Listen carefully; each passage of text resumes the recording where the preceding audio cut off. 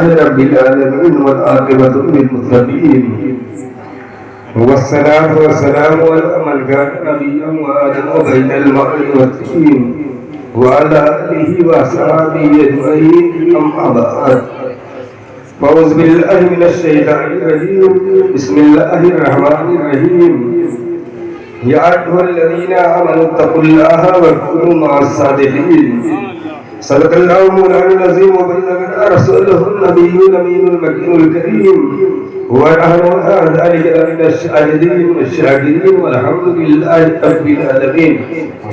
محترم حضرات، کافی دیر سے آپ راتوں منتبہ سماعت کر رہے ہیں اور آپ حضرات محبوس بھی ہو رہے ہیں.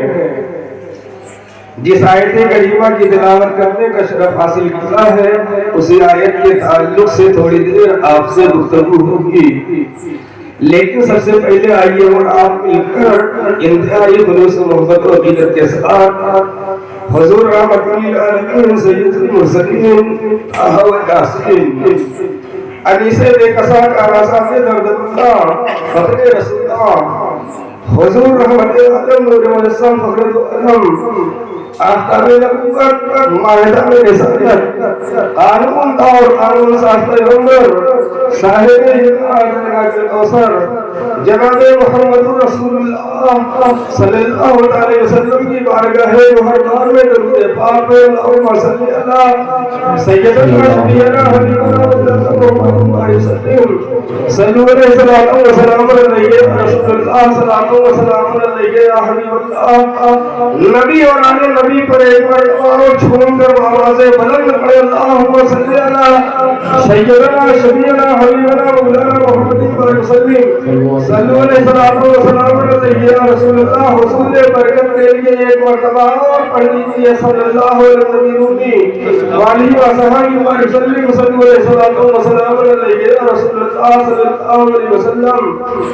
محمد یعنی وہ حرف نخستی کلک فطرت کا، محمد یعنی وہ حرف نخستی کلک فطرت کا کیا جس نے مکمل نسخہ اخلاق انسانی. محمد یعنی وہ حرف نخستی کلک فطرت کا کیا جس نے مکمل نسخہ اخلاق انسانی. نہ جانے حسن ہے یا عشق اتنا جانتا ہوں میں، نہ جانے حسن ہے یا عشق اتنا جانتا ہوں میں، مجھے کھینچے لیے جاتا ہے کوئی جذب پنہانی، مجھے کھینچے لیے جاتا ہے کوئی جذب پنہانی. اور ہمارے دین کی حقانیت کے دونوں شاہد ہیں، ہمارے دین کی حقانیت کے دونوں شاہد ہیں. معین الدین اجمیری محی الدین جیلانی، معین الدین اجمیری محی الدین جیلانی. محمد یعنی وہ حرف نخستی کلک فطرت کا کیا جس نے مکمل نسخہ اخلاق انسانی. حضرات محترم، ہمارے اور آپ کے درمیان سے ربیع الغوث کا مہینہ گزرا. اس غوث کی شان حضرات محترم ملاحظہ فرمائیے. غوث اعظم محمد کا محبوب ہے، غوث اعظم زمانے کا سلطان ہے. غوث اعظم محمد کا محبوب ہے، غوث اعظم زمانے کا سلطان ہے. غوث اعظم کی ہر جا مچی دھوم ہے، غوث اعظم کا گھر گھر میں فیضان ہے. غوث اعظم محمد کا محبوب ہے، غوث اعظم زمانے کا سلطان ہے. غوث اعظم کی ہر جا مچی دھوم ہے، غوث اعظم کا گھر گھر میں فیضان ہے. اور سنیوں یاد ان کی مناتے رہو، سنیوں یاد ان کی مناتے رہو، نعرہ یا غوث اعظم لگاتے رہو. سنیوں یاد ان کی مناتے رہو، نعرہ یا غوث اعظم لگاتے رہو. اسم اعظم ہے یہی لاہور ہے، اسم اعظم ہے یہی لاہور ہے. جس کو سنتے ہی جل جاتا شیطان ہے، جس کو سنتے ہی جل جاتا شیطان ہے.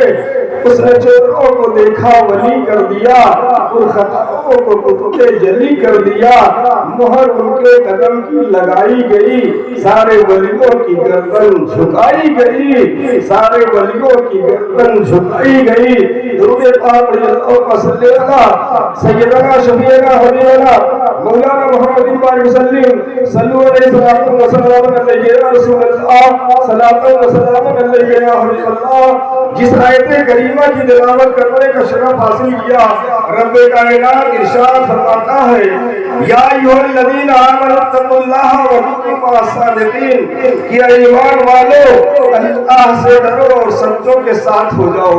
رب ارشاد فرماتا ہے اے ایمان والو اللہ سے ڈرو اور سچوں کے ساتھ ہو جاؤ۔ حضرات محترم غور کیجئے، اس آیت کریمہ میں رب کائنات نے دو خزانوں کا ذکر کیا ہے، ایک خزانہ ایمان، دوسرا خزانہ تقوی۔ تو رب فرماتا ہے اے ایمان والو اللہ سے ڈرو سچوں کے ساتھ ہو جاؤ۔ تو یا اللہ سچے لوگ کون ہیں کہ جن کے ساتھ ہونے کے لیے کہا جا رہا ہے؟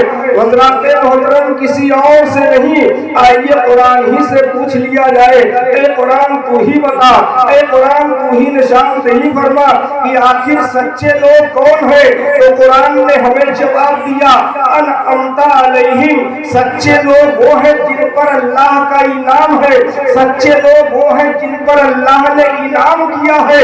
تو حضرات محترم اب آئیے قرآن ہی سے پوچھا جائے اے قرآن تو ہی بتا تو کون لوگ ہیں جن پر تیرا انعام ہے، جن پر تو نے انعام کیا ہے؟ تو قرآن نے ہمیں جواب دیا الذین انعم اللہ علیہم من النبیین والصدیقین والشہداء والصالحین، کہ اللہ کا انعام جو ہے نبیین پر ہے، اللہ کا انعام جو ہے صدیقین پر ہے، اللہ کا انعام جو ہے شہداء پر ہے، اللہ کا انعام جو ہے صالحین پر ہے۔ تو حضرات محترم رب کائنات نے ارشاد فرمایا کہ خدا کا انعام نبیین پر ہے، خدا کا انعام صدیقین پر ہے، خدا کا انعام شہداء پر ہے، خدا کا انعام صالحین پر ہے۔ تو حضرات محترم نبیین سے مراد انبیاء کی جماعت ہو گئی، صدیقین سے مراد صحابہ کرام کی جماعت ہو گئی، شہداء سے مراد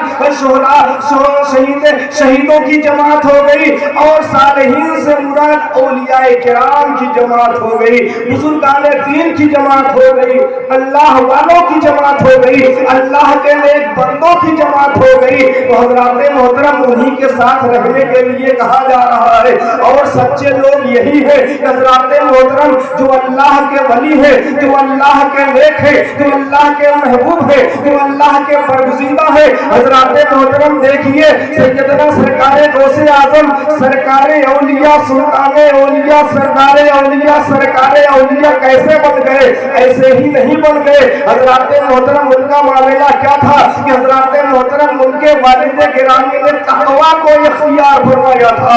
اللہ نے دو خزانوں کا ذکر کیا ہے، ایک خزانہ ایمان ہے، دوسرا خزانہ تقوی ہے۔ ان کے والد محترم نے ایمان کو اختیار کر لیا تھا، تقوی کو اختیار کر لیا تھا۔ ان کے نانا کا معاملہ کیا تھا؟ انہوں نے ایمان کو اختیار کر لیا تھا، تقوی کو اختیار کر لیا تھا۔ ان کی والدہ محترمہ کا معاملہ کیا تھا؟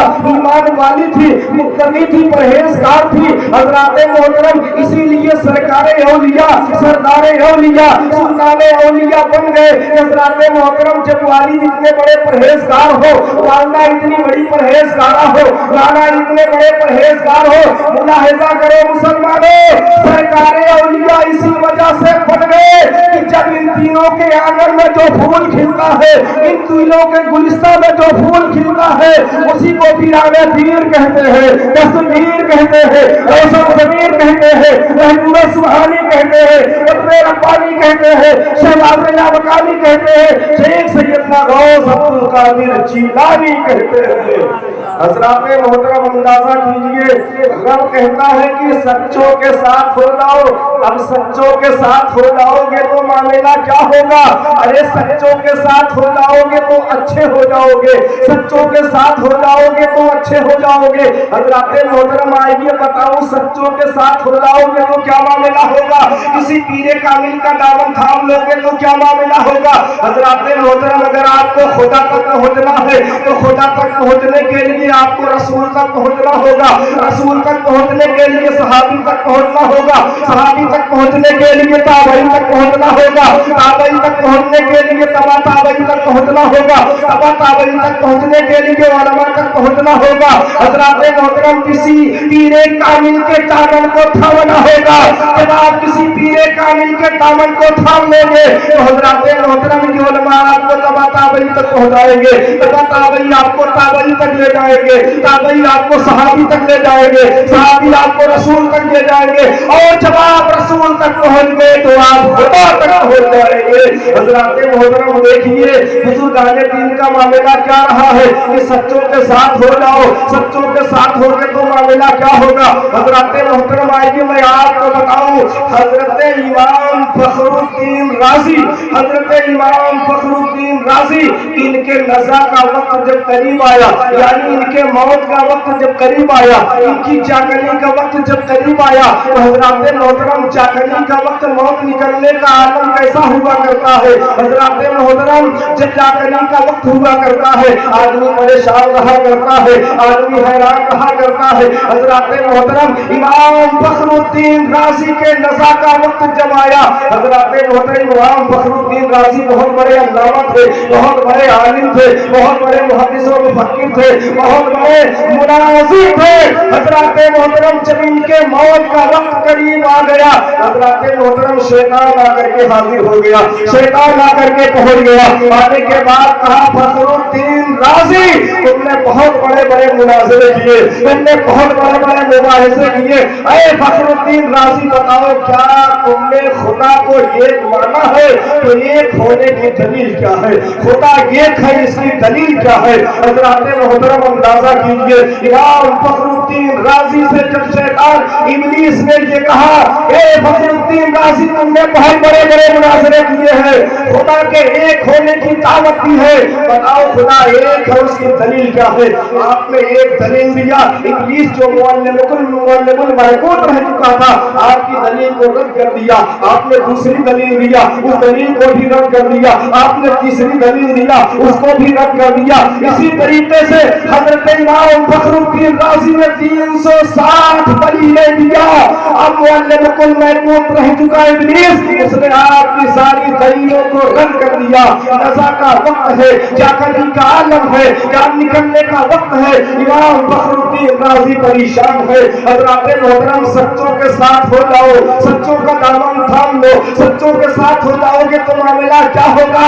آپ پریشانی کی عالم ہے، آپ کے پیر کامل، آپ کے پیر کامل حضرت نجم الدین کبرا جو ہے کسی دور دراز مقام پر بیٹھ کر کے وضو کر رہے تھے اور وہیں سے ملاحظہ کروا رہے تھے، اس لیے کہ پیر کامل تھے، پیر کامل تھے، وہیں سے ملاحظہ فرما رہے تھے، وہیں سے ارشاد فرماتے ہیں اے فخر الدین رازی کہہ کیوں نہیں دیتا ہے کہ میں خدا کو بغیر کسی دلیل کے ایک مانتا ہوں۔ حضرات محترم اندازہ کیجئے سچوں کے ساتھ ہو جاؤ، سچوں کے ساتھ جب ہو جاؤ گے تو آپ کا معاملہ کیا ہوگا۔ حضرات محترم اگر جنتی اگر جہنمی ہو تو جنتی ہوگے، اگر جہنم میں جاتے رہے ہوگے تو جہنم سے بچ کر کے جنت میں جاؤ گے۔ حضرات محترم آئیے میں آپ کو تیزی کے ساتھ بتاتا ہوا چلوں کہ حضرات محترم بنی اسرائیل کا یہ واقعہ ہے کہ بنی اسرائیل میں ایک آدمی تھا جس نے 99 آدمیوں کا ناحق خون کیا تھا، 99 آدمیوں کا قتل کیا تھا۔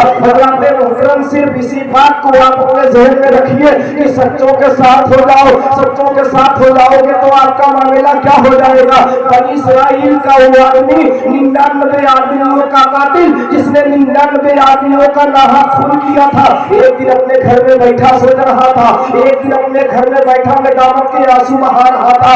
اس کے دل میں آتا ہے آخر میں نے 99 آدمیوں کا ناحق خون کیا ہے، میں اتنا بڑا گنہگار ہوں، میں اتنا بڑا سیاہکار ہوں، میں اتنا بڑا بدکار ہوں، کیا میری بخشش ہو سکتی ہے، کیا مجھے بخشش کا پروانہ مل سکتا ہے، کیا میں بخشا جاؤں گا۔ حضرات محترم یہ سوچتا ہے، سوچنے کے بعد گھر سے نکلتا ہے، نکلنے کے بعد جاتا ہے، راستے میں ایک انسان سے ملاقات ہو جاتی ہے، اس سے بتایا کہ میں نے 99 آدمیوں کا ناحق خون کیا ہے، کیا میری بخشش ہو سکتی ہے، کیا میری بخشش ہو سکتی ہے۔ حضرات محترم اس نے سر سے